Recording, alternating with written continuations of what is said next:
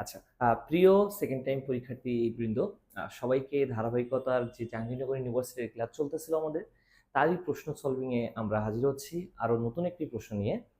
তোমাদের কাছে দেখাবো আসলে ঢাকা ইউনিভার্সিটি এবং জাহাঙ্গীরনগর ইউনিভার্সিটির পাঠ প্রস্তুতির পার্থক্যটা আসলে কোথায়।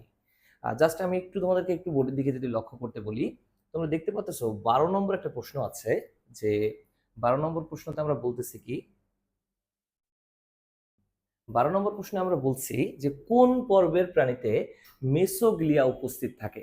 ঢাকা ইউনিভার্সিটির প্রশ্নে জাস্ট এটা ছিল যে নিডারিয়া পর্বের প্রাণীর বৈশিষ্ট্য কোনটি বা শনাক্তকারী বৈশিষ্ট্য কোনটি, কিন্তু এখানে তোমাকে একটু উল্লেখ করে দিয়েছে কোন পর্বের প্রাণীতে মেসোগ্লিয়া উপস্থিত থাকে। তাহলে তোমাকে আগে বুঝতে হবে জাহাঙ্গীরনগর ইউনিভার্সিটির প্রশ্ন কাঠামোটা আসলে কেমন হতে যাচ্ছে।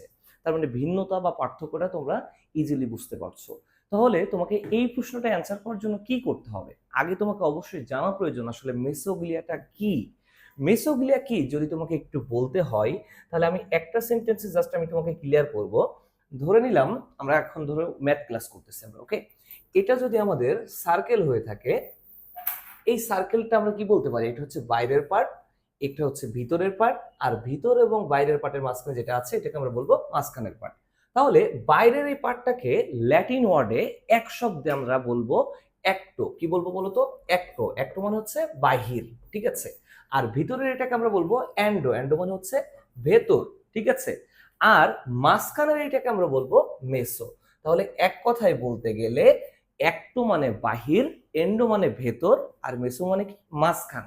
এখন প্রশ্ন হচ্ছে ভাইয়া এত কিছু বলতেছেন, মেসোগ্লিয়াটা কি? যাদের এই মেসোডার্ম পার্টটা থাকবে না, তাদের ক্ষেত্রে এই মেসোডার্মের পরিবর্তে অকোষীয় জেলির ন্যায় যে পদার্থটা থাকবে তারই নাম হচ্ছে কি বলতো, মেসোগ্লিয়া। প্রশ্ন ছিল এই মেসোগ্লিয়া আসলে কাদের ক্ষেত্রে থাকে। এটা দেখা যায় শুধুমাত্র একটা পর্বের প্রাণীর ক্ষেত্রে, যেটা 2 নম্বর পর্ব, যেটাকে আমরা বলি নিডারিয়া পর্ব, অর্থাৎ দ্বিস্তরী প্রাণী। আরেকটু ক্লিয়ার করে দিই, দেখো 3টে স্তর আছে এখানে, মেসোডার্ম নাই, তার পরিবর্তে কি আছে, মেসোগ্লিয়া, তাই এদেরকে আমরা বলি দ্বিস্তরী প্রাণী। খুঁজে বের করো দ্বিস্তরী প্রাণী কারা। প্লাটিহেলমিনথেস অবশ্যই 30স্তরী প্রাণী। আর্থ্রোপোডা একটা উন্নত প্রাণী অর্থাৎ 7ম পর্বের, এটা অবশ্যই না। তাহলে বাকি আছে 3 নম্বরটা, দেখো কি, নিডারিয়া, অর্থাৎ এটা হচ্ছে দ্বিস্তরী প্রাণী। এরা দ্বিস্তরী বলতে এই জন্য আগে এদেরকে বলা হতো টিনোফোরা।